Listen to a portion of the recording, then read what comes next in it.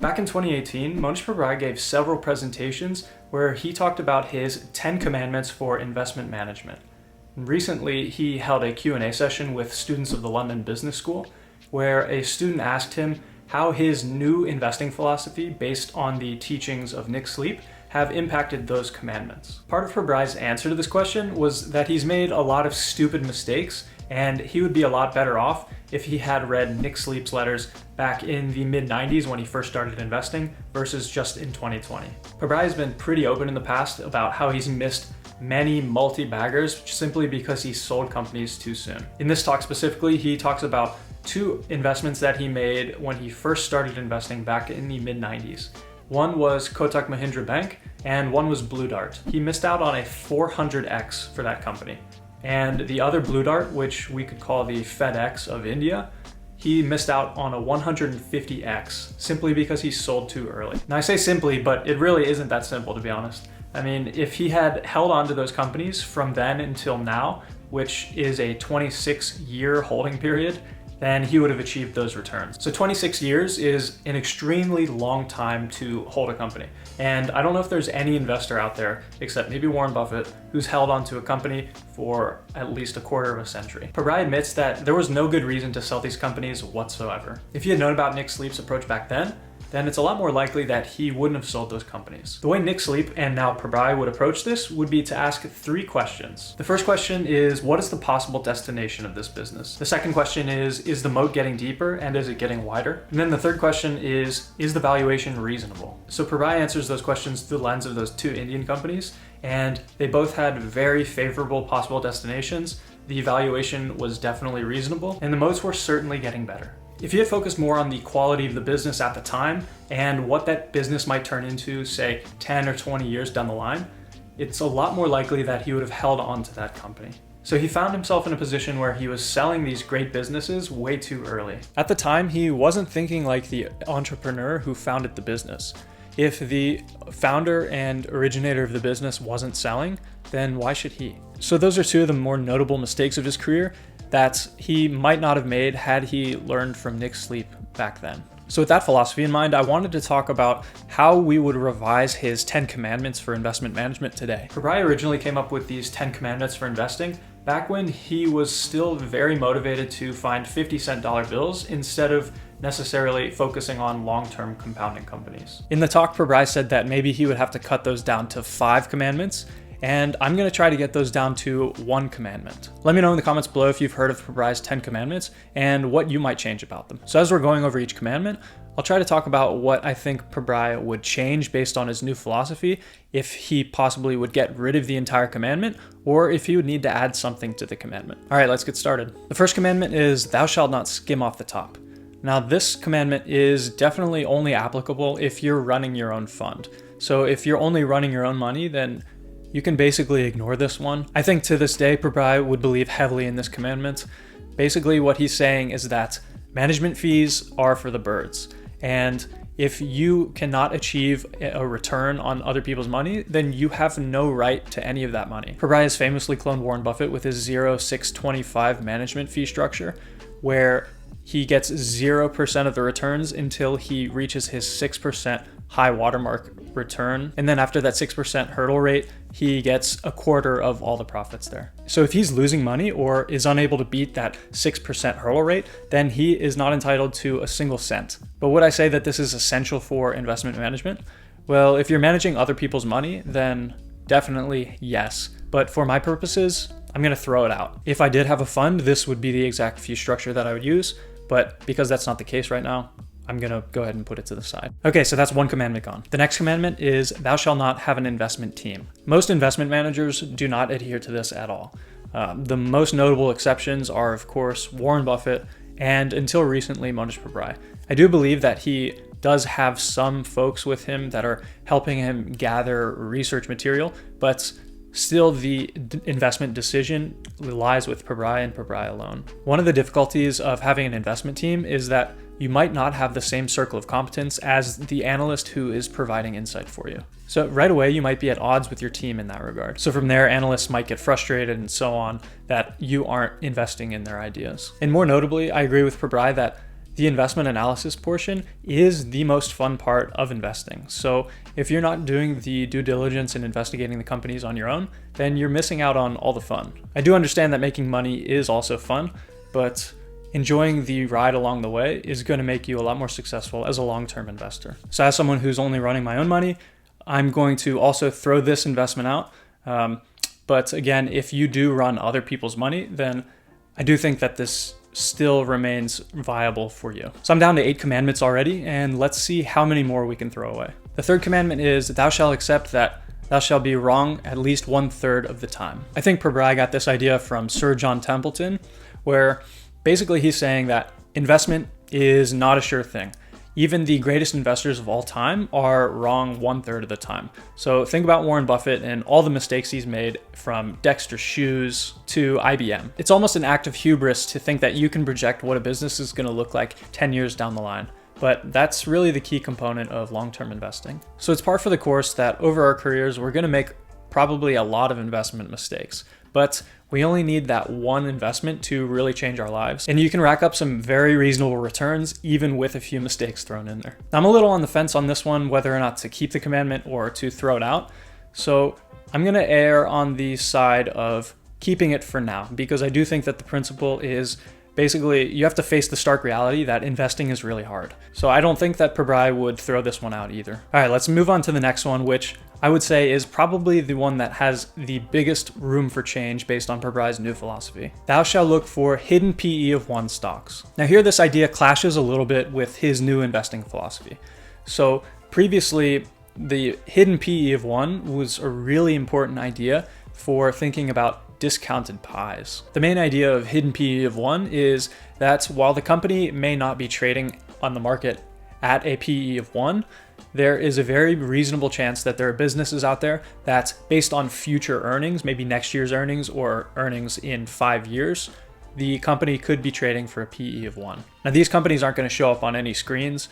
Basically, if you screen for companies that are trading at a PE of 1, you really don't want to invest in those companies. They're probably on the way out. For instance, Pabrai, when he was buying Fiat Chrysler back in 2014, somewhere around there, he was looking at management's projection for their earnings in 2018.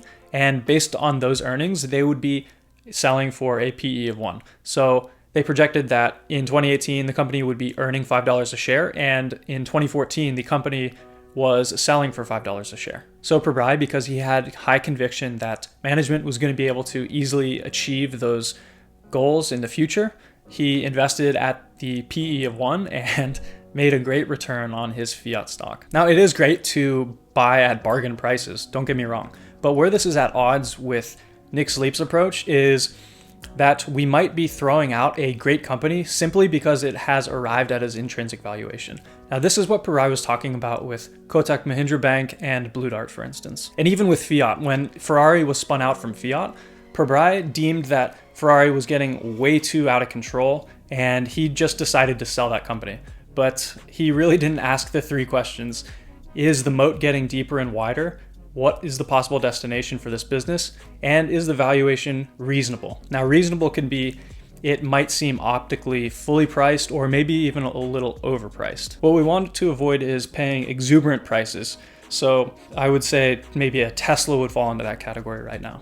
But it's not so obvious that maybe Apple, Google, Netflix, those companies are trading for those exuberant prices. So the hidden PE of 1 approach is a great way to find bargains in the markets, but if we're looking for those long-term compounding companies, they may not be selling at prices like this, and Pabrai would certainly be less interested now than he was maybe a few years ago when he came out with these commandments. For me, I'm more interested in the long-term compounder type of company, so I'm definitely going to change this one to a more Nick Sleep oriented commandment. So I think we do need a commandment like this, but I think we're going to replace it at the end with something more based on Nick Sleep's approach. Next, we have thou shalt never use Excel. Now, Pabrai and Warren Buffett and Charlie Munger always say that you really don't need Excel to figure out if a business is a good investment. And if you find yourself going to Excel, then you probably either don't understand the business well enough and you should take a pass, or you should keep doing research until you're able to see a clear picture without actually crunching numbers in Excel. Pabrai says something along the lines of, if you can't figure out the investment with the fingers on one hand and what's in between your ears, then you should probably take a pass. I do deeply admire Pabrai's ability to think about these things off the cuff. And I think that's something that we can all practice. One thing we can think about instead of doing a discounted cash flow in an Excel spreadsheet is how to use the rule of 72 to perhaps calculate some sort of rate of return for the business. So if we say that over the next 10 years, a company is going to be able to return 15% per year, currently earning $100 million in free cash flow, then we can actually leverage the rule of 72 to sort of think about what those earnings are going to be, and then what maybe an appropriate multiple for those earnings would be. So with the rule of 72, a 15% rate of return means that the earnings are going to double every 5 years. So at the end of that 5 years, we're going to see earnings of $200 million. So for us lesser mortals, I think it's perfectly okay if we run DCFs, but we want to avoid tricking ourselves with false precision. That's the biggest concern with discounted cash flows. I think the pinnacle, which I'm trying to achieve, which Pabrai talks about, and certainly Warren Buffett talks about, is if I want X% return on this investment, what needs to happen within the business in order for me to achieve that return? It's really tempting to remove that uncertainty with fuzzy numbers in my head instead of a more concrete output from a DCF model. I'll keep the commandment in there because I think that that's where I'm trying to get to, and I'm trying to aspire to be like that as an investor. Next is thou shalt always have a rope to climb out of the deepest well. And basically what Pabrai is saying here is that he needs a support system sometimes when his portfolio isn't doing the greatest. So he gave the example of his father, who was a serial entrepreneur and had many failed businesses, and every time a business failed, he would basically hire a guru to tell him that everything was going to be okay. Pabrai did the same thing during the financial crisis when his portfolio was basically at a huge loss and he needed to give himself some reassurance. So he put the prices of what he thought the companies would be worth in his portfolio in a few years' time. And wouldn't you know it, those prices looked awfully rosy. So yeah, for me, that would just simply be being able to rely on the support of family and friends and other investment confidants. I think this is a really important piece, and I'm definitely going to keep this commandment in here. Next is, thou shalt be singularly focused like Arjuna. There's a story in the Upanishads where there are a bunch of princes, one of which is Arjuna, and they all have to basically throw a hook into the eye of a fish. And all these other princes are asked, what do you see? And they say, I see the fish, I see the water, I see the forest around me. And the person leading the task says, you are not ready.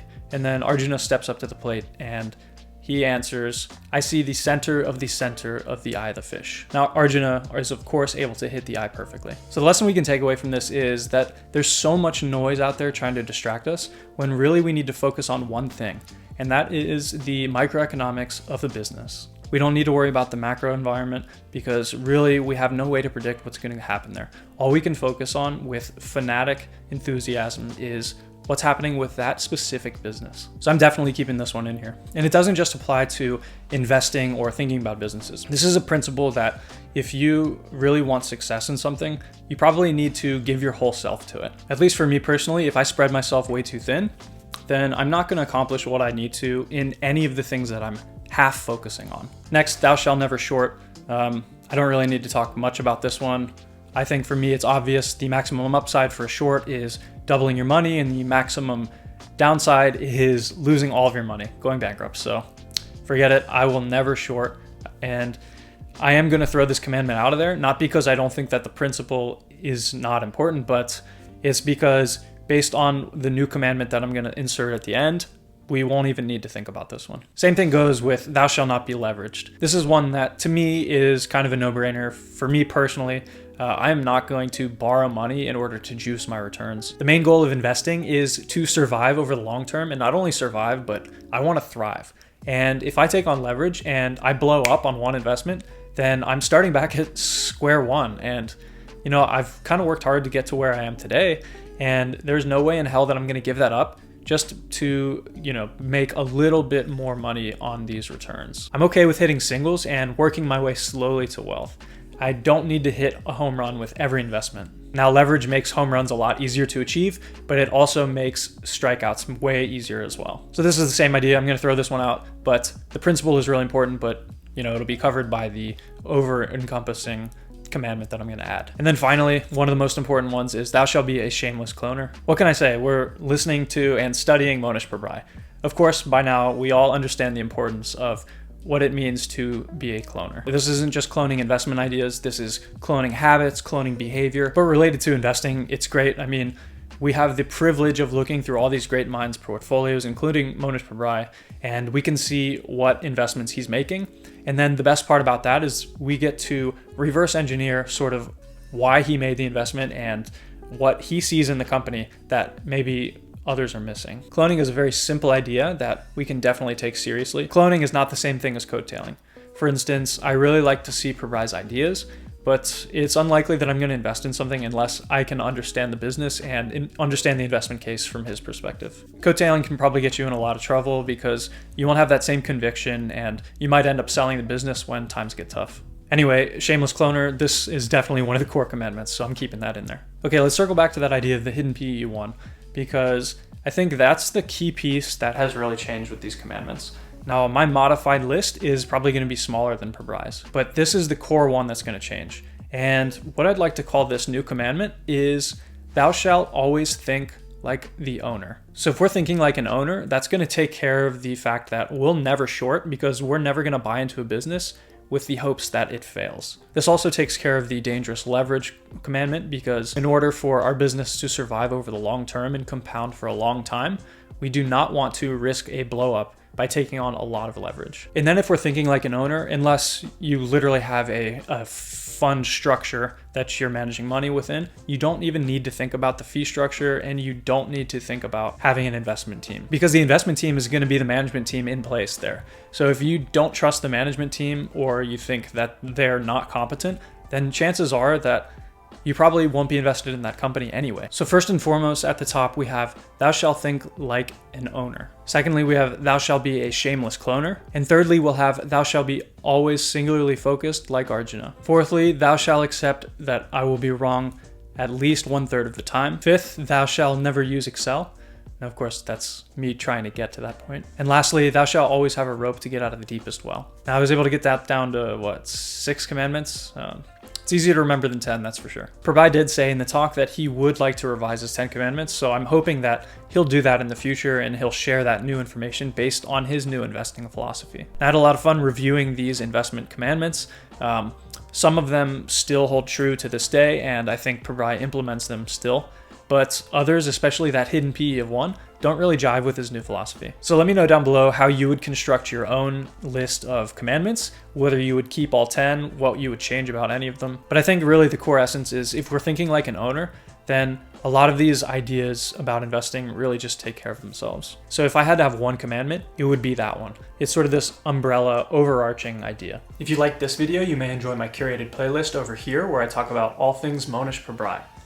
Please like the video and subscribe to the channel if you found this video useful. Thank you so much for watching this all the way to the end. I really appreciate your time, and I will see you in the next video.